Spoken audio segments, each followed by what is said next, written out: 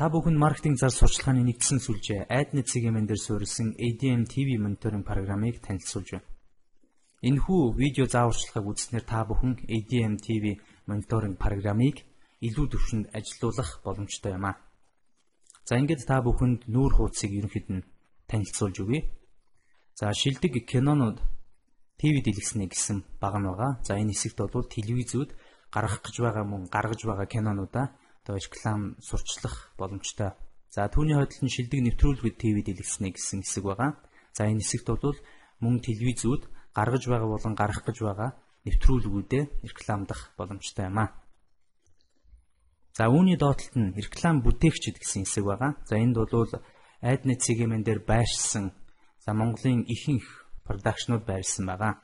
За энэхүү сум дээр дарснаар та бүхэн бусад продакшнуудыг харах боломжтой. За энэхүү продакшнуудын логон дээр дарснаар та бүхэн AdNet CGM дээр байрсан тухайн компани илэрхийлэмж рүү орох боломжтой.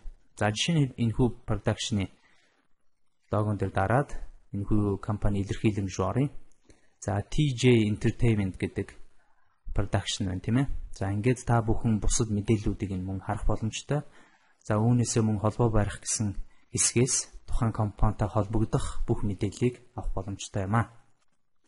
За түүний мөн адилаар рекламны дүр бүтээгчид гэсэн хэсэг байгаа. За энд бол AdNet CGM дээр байршсан Монголын нүүр царай болсон дүр бүтээгчид байршсан байгаа. За тийм учраас та бүхэн эдгээр дүр бүтээгчдээс мөн сонголтоо хийх боломжтой юм а. За телевизүүд гэсэн хэсэг байгаа. За энд бол Монголын бүх телевизүүд байршсан байгаа. За мөн адил реклам бүтээгчдийн илэрхийлэмжийг үзсэн адил та бүхэн тухайн телевизийн логон дээр дараад илэрхийлэмжийг үзэх боломжтой.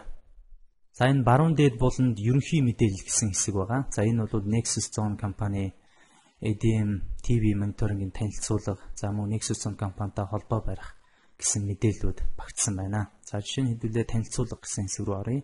За энд бол ADM мониторинг програмын ашиглах заавар мөн байршсан байгаа.